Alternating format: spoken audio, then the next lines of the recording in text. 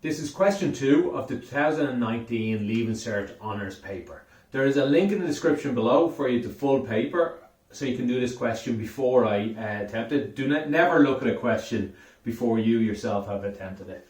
Here's the gist. It gives us this drawing a little better in the graph. This line is fx, or at least my attempt to do fx. Fx is equal to 3 to the power of x. It then asks us to draw gx. So for a part 1, it asks us to draw gx, and gx is equal to 4x plus 1. So that's our first job. That's our first set of marks we can get. We simply have to draw this line. Now, a line, all you need is 2 points, but I'll go ahead and get 2, 3, 4 points. I'll get 1 and 2 here. 0, 1 and 2 points at those. Nice easy ones to get. It never hurts to have a few extra data points. Okay, so at 0, x is 0, 4 zeros plus 1 is just 1. When I put 1 into this function, I get out 8 plus 1, I get out 9. I put 1 in, I get...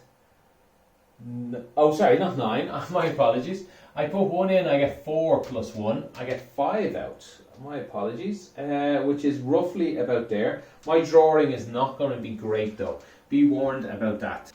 Also, I'll go ahead and use a different colour for the separate line. Let me do that again. I don't think the blue and the black shows up that well. Unfortunately, I'm on lockdown, so I cannot buy any more markers for a while. Okay, if I put 2 into this function, I get 9 out, which is the same point as this. And, well, that should be enough for us. Let's go ahead and draw the line through these 3 points. It should be a straight line. Apologies that it's not. You know what, not too bad considering I have no ruler for this size. Okay, so this is what they really wanted. That's full marks, as long as this is roughly a straight line. As long as you've shown your points to be correct. If you put in the correct points and draw a line through it, you've got full marks there. Alright, for part 2 then, they ask us to verify that fx is less than gx. So let's put in gx here. They want to verify that fx is less than gx. Now we can see from the picture fx is less than gx between 0 and 2. But they want us to verify it for 1.9. They want to verify that right here, this is smaller than this. And that's because the picture isn't quite good enough for us. It does seem to indicate that it's less than. But let's verify that mathematically. And this is how we go ahead and do that. So part 2...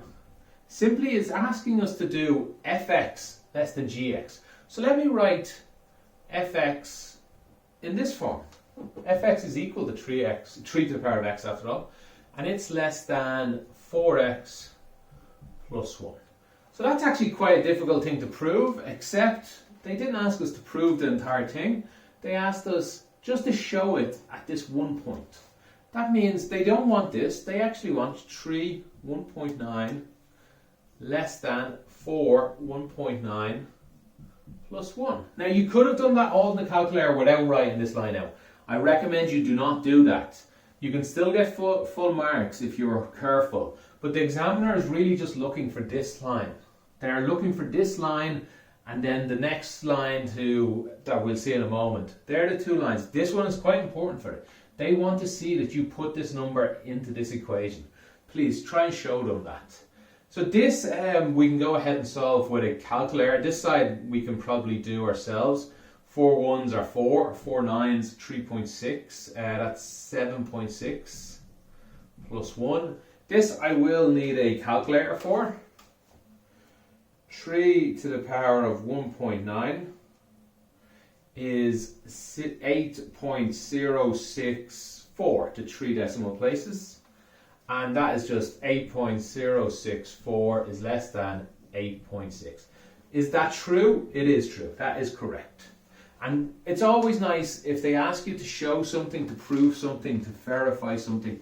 It's always good to write it again.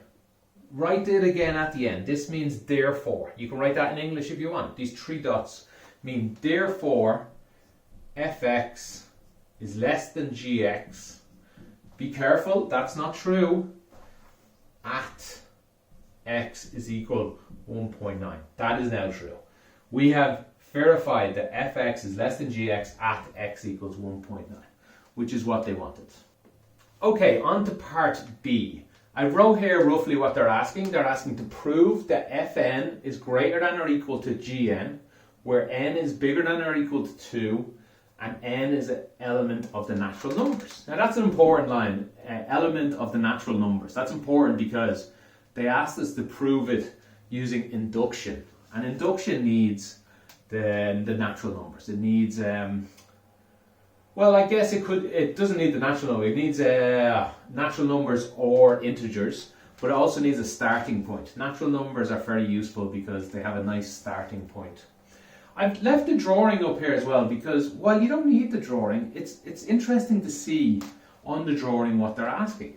Now, this drawing is of x, where x is an element of the real numbers, whereas this is of n. So forgive me that it's not quite the same.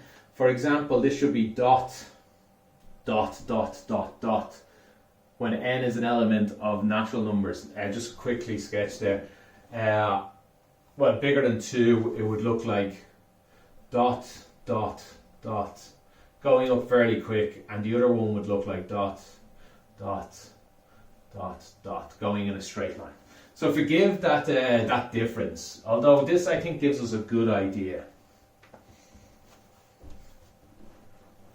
And that idea is that fn is bigger than gn, and we can see it looks that way. This does continue on very fast up, and this goes in a straight line. So it does look that way, but let's go ahead and prove it using mathematical induction.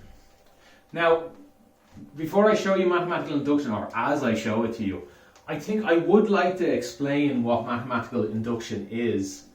Here is 0, 1, 2, 3, 4. That'll be enough for me. 1, 2, 3, 4.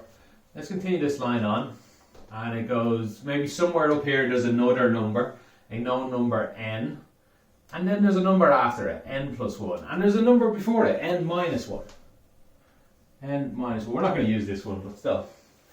So we'd often deal with numbers like this. We have, here's all the numbers. This goes on forever. These n's are just convenient for us to use any number. So if it wants it to be 7, n can be 7. There's 6. There's 8. It could be 1,000,008. It could be any number. Right, so here is how induction works. This set, first of all, starts here. Let me just make that clear. Starts here and continues on. It's bigger than or equal to 2. So how induction works, we need to do 3 things. So let me just go over it first and then I'll do it again. We need to show the first number. Show the first number in the set, that's 2 in this case. And then we need to prove stepping. We need to make a proof for stepping. What that means is if I know one number, so we're going to take n as a general number. If I know n, I want to prove the next number, n plus 1. So that's where I make my stepping. That's where I prove how to step. And once I have stepping, I have the first number and I can step to the next, to the next, to the next, to the next, to the next. So that's roughly the idea of what we're going to do. I'm not the best at laying this out, so apologies if it's a bit messy. So the first thing I would like to do is verify n equals 2. So that is fn, sorry, let me write fn here. 3 to the power of n is bigger than or equal to 4n plus 1 at n equals 2. That's 3 squared is bigger than or equal to 8 plus 1. That's 9 is bigger than or equal to 9. That's true. 9 is equal to 9. So it's definitely bigger than or equal. So the or equal. So that's true. Let me put a little tick mark there. Now, unfortunately, I'm going to run out a bit of room. So I'm just going to rub this out again. You can pause the video, have a look at it as long as you need, go back to it. But that is my very simple verification that 2 is true. Now, I'd like to point out you could then go ahead and verify 3. And you could verify 4, and you could verify 5, and you could just go on, but unfortunately it would take you an infinite amount of time. Although, technically I guess that is a method. It's if they ask you to describe a way to prove it, That would be a way to prove it. You could tell them, look, I'm immortal, I will live forever, I can prove it this way. But they didn't ask you to verify it anyway, they asked you to use induction. So we'll have to go ahead and use this. But we could verify 3. 3 to the power 3 is 27, is bigger than 13, that's true. And we can stay going. But we're not going to do that. We're going to say if, so we're going to assume I know n. If 3 to the power of n is bigger than or equal to 4n plus 1. That's the nth term. If I put n in for x, this is what I get. So if we know this, we assume this. We assume we know this. This is, okay, this is safe. I know this one. We want 3n plus 1 is bigger than or equal to 4n plus 1 plus 1. We want this. If we know this, we want this. You know what, let me make this just a little near. I'll multiply this out. 4n plus 4 plus 1. So 4n plus 5. We'll keep these here. If this, I want this. So I'm allowed to use this line here. I'm allowed to start with that. And I want to try and get to this.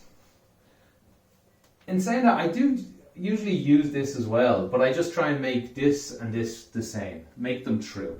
In this case, we don't even need to find that it's bigger than this. We could find that it's bigger than something bigger than this, which is what's going to happen in this case. So if we go ahead and start with the first one, let's try and make it look like the second one. You know what? I can change the second one a bit as well. I've already changed the right side. 3 to the power of n plus 1 is the same as 3 multiplied by 3 to the power of n. 3 to the power of 1 multiplied by 3 to the power of n is 3 to the power of n plus 1. I'll just change it like that because that's more in the form I would like it. So if we have this, we want this. You might do that in a couple of steps. It's okay if you didn't. It's just, it looks neater on my board this way. So if we start with this, okay, how do I make this look a little like this? Just multiply by 3.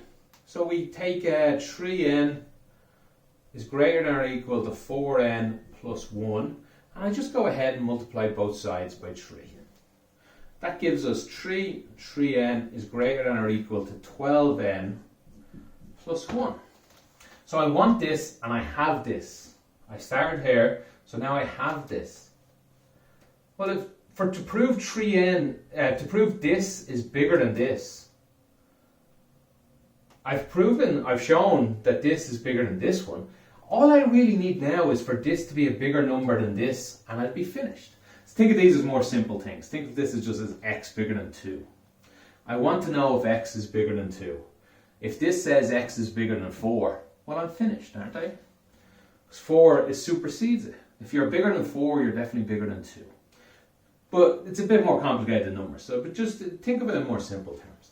So, okay, now let's stop this question and start a new one. All I really need now is 12n plus 1 to be bigger than or equal to 4n plus 5. If I know this, we're finished. This proves this if I know this. Now I had a look at the marking scheme and it actually just says you have to state that. You can just state it. You can say this is bigger than this. That's actually enough. What I've wrote now would probably get you full marks. But I just would like to show you why this is. I don't think it's very accurate. Because what they've done in this question is put a little proof inside your proof. You now have to prove this. And don't worry, you don't need to use proof by induction, although you could. We don't need to use proof by induction. We can just go ahead and show this. A lot simpler. Get all the n's to one side. Let's put them all over the right. 8n. Numbers on the other side. We get bigger than or equal to 4. Divide by 8 both sides. We get n is bigger than or equal to half. Well, n is bigger than or equal to half. It's bigger than 2. So for this to be bigger than this, all we need is n to be bigger than a half. Yeah, we're finished then. N is bigger than a half. We're told that at the start.